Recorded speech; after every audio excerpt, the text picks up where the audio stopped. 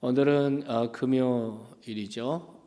목장 모임, 비대면 목장 모임에도 하나님의 은혜가 함께 하시길 바라고, 우리 참 좋은 가족들은 이 비대면 시대에 우리가 하나님을 예배하는 것, 또 성도의 교제를 통해서 서로 위로하고 격려하는 이런 사역들이 성령의 은혜 가운데서 왕성하게 일어나기를 간절히 바랍니다. 비대면 가운데서 어떻게 기업을 하고, 비대면 가운데 어떻게 내 믿음을 지켜나가고, 이런 것은 정말 굉장히 중요하다고 생각합니다. 환경과 상황에 거기에 무릎 꿇지 않고, 이런 비대면 때에 오히려 하나님과 더 깊은 관계 속에 들어가도록, 더 하나님을 찬양하고 예배하는 사람으로 세워지도록 성숙한 이런 성장의 기회로 우리가 영적 생활에서도 그렇게 돼야 할 줄로 믿습니다. 아멘. 오늘 저는 이 역대 21장 말씀을 강의하면서 묵상하면서 멈추지 못한 여호람의 욕망, 이런 제목으로 말씀을 나누겠습니다. 멈추지 못한 여호람의 욕망, 이런 제목입니다. 역대기 기자는 이제 여호사밧 왕에 대해서 역대하 17장부터 20장까지 4장에 걸쳐서 여호사밧 왕의 위대한 신앙, 그리고 종교개혁, 교육개혁, 이 모든 것들을 기록을 합니다. 그리고 21장 오늘 말씀에 그 아들 여호람이 유다의, 남유다의 5번째 왕이 되었고, 그 여호람이 어떻게 살았는지, 그리고 왕으로 어떤 통치를 했는지 하는 것을 기록을 하고 있습니다. 오늘 이 말씀의 연대를 보면은 주전 848년에 여호람이 왕위에 오르게 됩니다. 여호사밧 왕에게는 7명의 아들들이 있었습니다. 그런데 이 7명의 아들들 중에 장자가 여호람이었고, 여호람에게 왕권을 물려줍니다.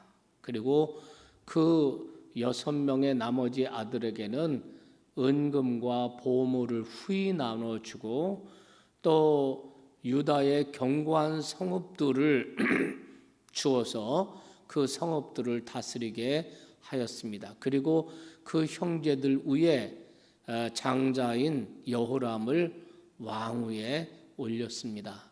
여호람은 훌륭한 여호사밧 아버지를 이어서 남유다의 5번째 왕위에 오르게 됩니다.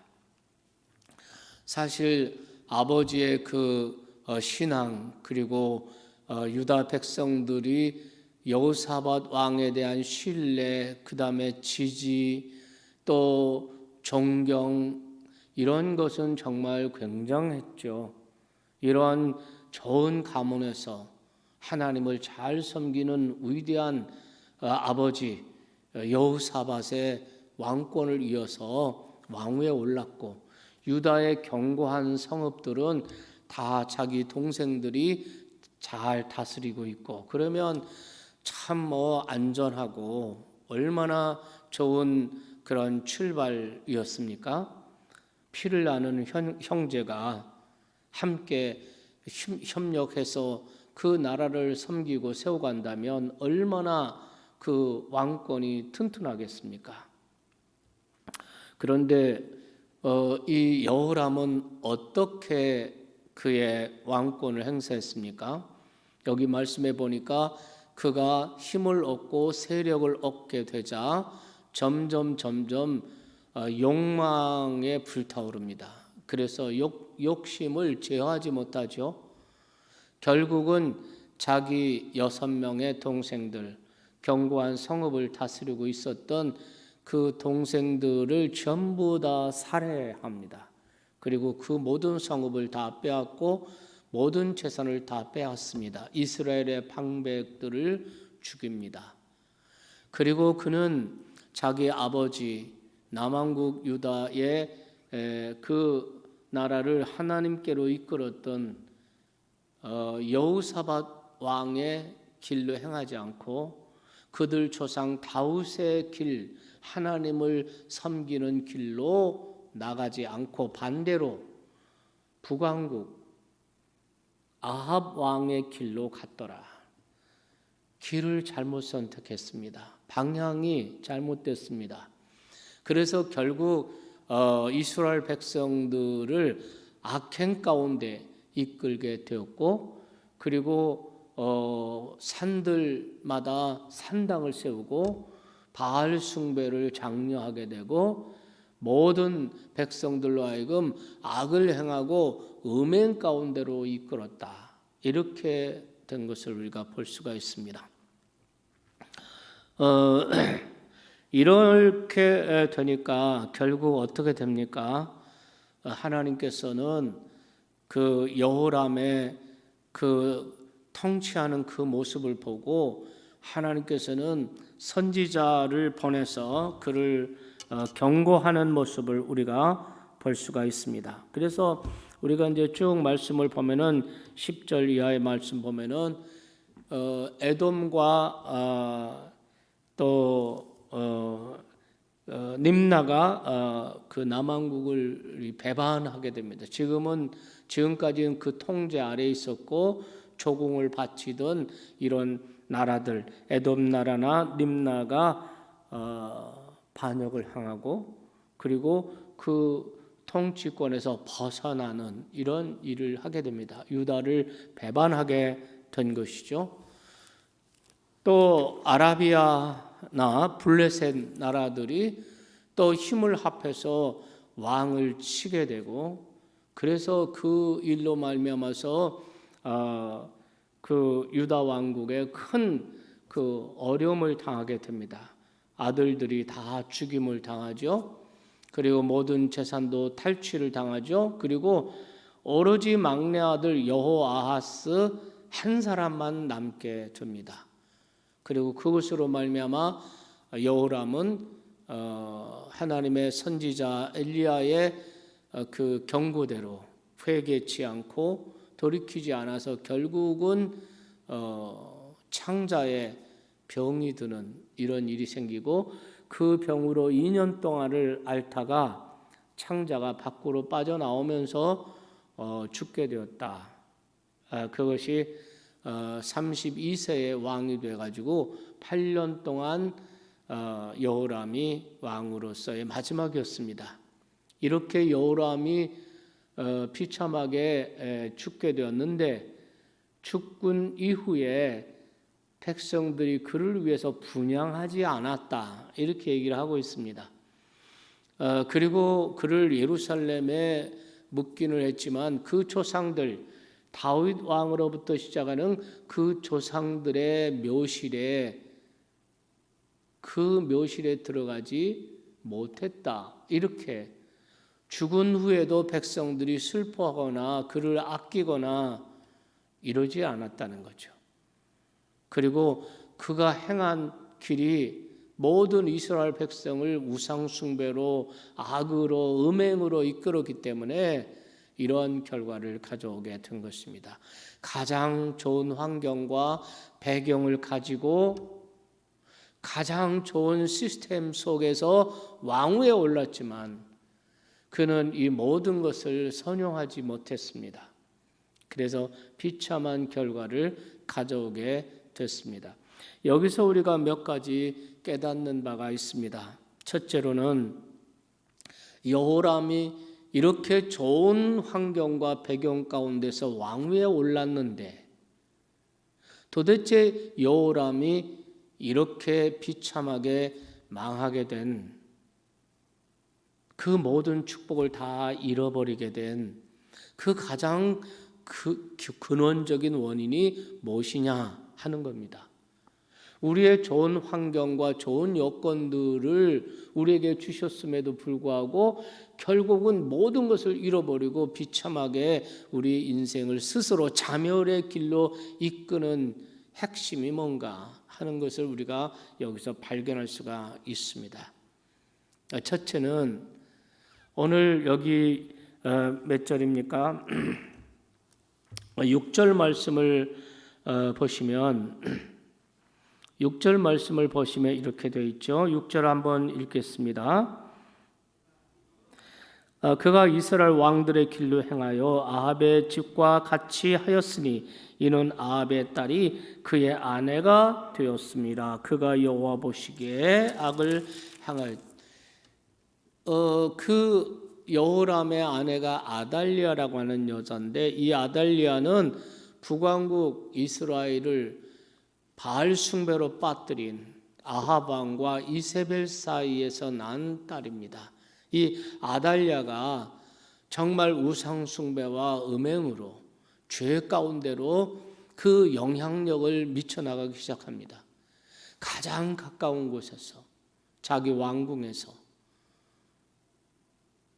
자기 침실에서 그 아달랴 왕후가 그 악한 영향력을 미쳐가고 있는 이거를 통제하지 못했다는 것입니다. 그래서 정말 오늘 현대 사회에서도 한 나라의 정권이 무너지고 한 나라의 그 권력이 무너지고 정권 교체가 이루어지고 이런 사례들을 보면은 먼 데서 시작되는 것이 아니라 가장 가까운 곳에서 친인척 또 자기 아내, 자식들 여기서부터 시작된다는 것을 알 수가 있습니다. 우리는 무엇을 하든지 나 자신과 우리 가까운 데 있는 이러한 가족들 또 우리의 이웃들 가까운 데서부터 하나님 앞에 바로 서는 이러한 잘 다스리고 관리하는 이러한 지혜와 이러한 믿음이 우리에게 필요한 줄로 믿습니다. 두 번째, 이보다 더 근원적인 것이 있습니다. 그것은 인간의 욕망이라는 것입니다. 사실 사람에게는 이 욕망이라고 하는 그런 마음이 있습니다. 이것은 어쩌면 하나님께서 인간에게 주신 기본적인 본능 가운데 하나일 것입니다. 우리에게 만일 욕망이 없다, 식욕에 대한 욕망이 없다, 먹고 싶은 욕망이 없다 그러면 우리는 굶어 죽을 수밖에 없을 것입니다. 우리는 더 좋은 음식을 먹고 우리는 더 많이 소유하고 더 명예로워지고 우리는 더 영향력을 미치고 우리의 힘이 더 강해지기 바라고 이런 욕망이 다 있습니다. 이 욕망이 없는 사람은 하나도 없습니다. 그런데 이 욕망은 통제를 받아야 되는 것입니다. 그리고 이 욕망은 어떤 기준에 의해서 통제되지 않고 그 기준을 넘어서서 통제가 되지 않는 욕망은 스스로의 삶을 자멸로 이끌고 공동체를 위기에 빠뜨리는 이런 경우를 우리가 볼 수가 있습니다. 정말 이 여호람도 그 욕망을 스스로 자제하지 못했습니다. 그것을 제어하지 못했습니다. 그래서 결국은 자기 아우들을 전부 다 죽이고 그리고 그것을 전부 다 그 성읍들을 빼앗고 이렇게 욕망을 계속 키워나가는 이런 모습을 볼 수 있습니다. 그렇게 되니까 하나님께서 그를 버리셨죠. 우리가 하나님을 떠나면 하나님이 우리를 떠나버리십니다. 우리가 하나님을 버리면 하나님도 우리를 버리십니다. 그러나 우리가 하나님께 돌아오면 하나님도 우리를 다시 붙잡아 주십니다. 우리가 하나님을 의지하면 하나님이 우리를 책임져 주십니다. 그런데 여호람은 그렇지를 못했습니다. 성경에 야고보서는 말하죠. 욕심이 잉태한 즉 죄를 낳고 죄가 장성하면 사망을 낳는다라고 말씀을 하는 것을 볼 수가 있습니다. 우리의 욕망을 하나님의 말씀으로 제어되어야 합니다. 우리의 욕망은 하나님이 주신 본능이라 할지라도 그 본능은 그 기준이 있어야 된다는 것입니다. 첫째로는 하나님의 말씀이 욕망의 기준입니다. 욕망이 본능이라 할지라도 그것이 하나님의 말씀의 언약에서 벗어나면 안 돼요. 하나님의 뜻을 벗어나면 안 됩니다.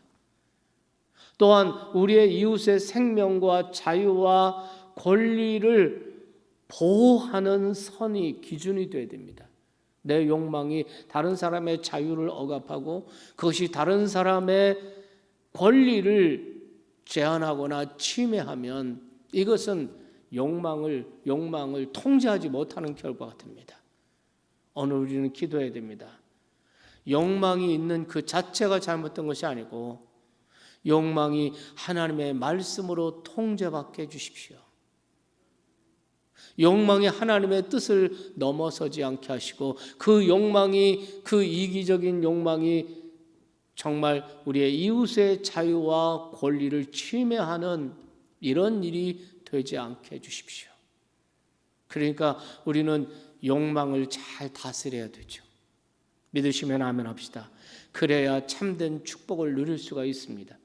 하나님께서는 처음 사람 인간 아담에게 얼마나 엄청난 축복을, 이 모든 과일 다 내 마음대로 먹어라. 그런데 동산 중앙에 있는 나무의 실과는 먹지 마라. 먹는 날에는 내가 죽으리라 그랬습니다. 99% 모든 자유를 주셨습니다. 그러나 한 가지 하나님은 금단의 열매를 주셨습니다. 99%를 누리면서 하나님께 영광을 돌리면서 얼마든지 행복하게 영존할 수 있는데 사탄 마귀는 그 길을 선택하지 않고 하나님께서 말씀하신 그 금단의 열매를 따먹게 만드는 것을 볼 수 있습니다. 이게 인간의 욕망이에요. 사탄은 인간의 욕망을 교모하게 악용하고 그래서 결국 선을 넘어서 스스로 멸망의 길로 가고 자멸의 길로 가게 한다는 거예요. 그러니까 우리 주변에 있는 가족들, 자녀들, 또 배우자, 믿음 안에서 잘 세우고 잘 가정을 다스리는 것도 중요하고, 그리고 내 자신 안에 있는 본능적인 이 욕망, 욕심을 말씀으로, 성령으로, 기도로 잘 다스려야. 믿으십니까? 그래야 하나님께서 주신 모든 축복들이 점점 풍성해지고 그 축복이 결국 담을 넘어서 이웃들과 공동체에도 축복의 열매를 가져다 주는 줄 믿으시기 바랍니다. 여호람은 그걸 놓쳤어요. 욕망을 다스리지 못했습니다. 가장 가까이에 있는 자기 아내를 다스리지 못했습니다. 그래서 결국은 이런 결과를 가져온 것을 볼 수가 있습니다. 세 번째 우리가 마지막으로 생각할 것은 하나님이 어떤 분이심을 이 역대기 기자는 보여주고 있습니다. 여호람을 통해서 하나님이 어떤 분이시라는 것을 역대기 기자가 분명하게 보여주고 있습니다. 예후가 이렇게 다윗의 길을 버리고 하나님을 섬기는 길을 버리고 자기 아버지 여호사밧이 실제로 보여줬던 그 선한 그 길을, 믿음의 길을 버리고 엉뚱하게 자기 사돈이죠, 자기 장인 아합의 길로 행하였더라. 우상숭배의 길, 악한 길로 행해 다윗의 길을 버리고 북이스라엘 왕들의 길로 행하였다. 그래서 살해하고 빼앗고 음행하고 우상숭배하고 이런 일을 하지 않습니까? 그래서 결국은 에돔 다스리던 에돔도 배반하고 아라비아도 배반하고 블레셋도 배반하고 림나도 배반하고 전부 다 그 여호람을 배반하는 거예요. 그리고 결국은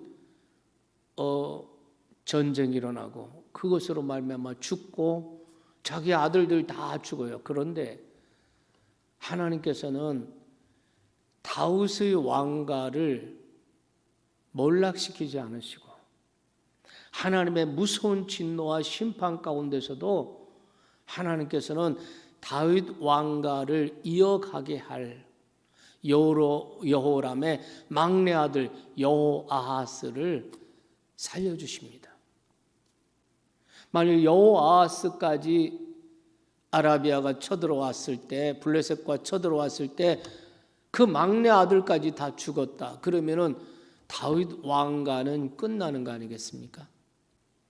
근데 하나님께서는 기가 막히게 막내 아들을 하나 살려두세요. 그래서 여호람이 죽은 후에 이 여호아하스가 남유다의 왕이 돼서 다윗 왕가의 혈통을 이어가게 하셨습니다. 할렐루야. 이것을 역대기 기자는 어떻게 말하고 있느냐면 이렇게 10절에 말씀을 하고 있습니다. 7절 말씀인가요? 7절 말씀을 보겠습니다. 7절 말씀 우리 다 같이 한번 읽어볼까요? 여호와께서 다윗의 집을 멸하기를 즐겨하지 아니하였음은 이전에 다윗과 더불어 언약을 세우고 또 다윗과 그의 자손에게 항상 등불을 주겠다고 말씀하심이더라.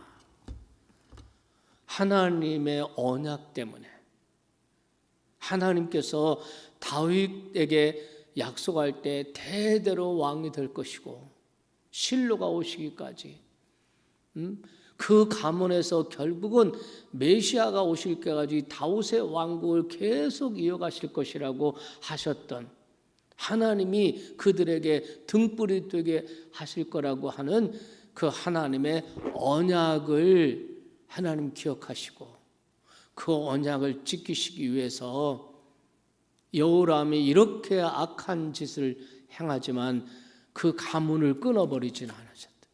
여호람을 심판하셨어도 그 가문을 끊어버리지 않고 결국은 여호아스를 전쟁통에 살려두셔서 그래서 다윗의 혈통을 이어서 왕위를 이어가게 하셨다는 거죠. 하나님은 어떤 분이십니까? 하나님은 언약에 신실하신 하나님. 하나님은 언약에 신실하신 하나님.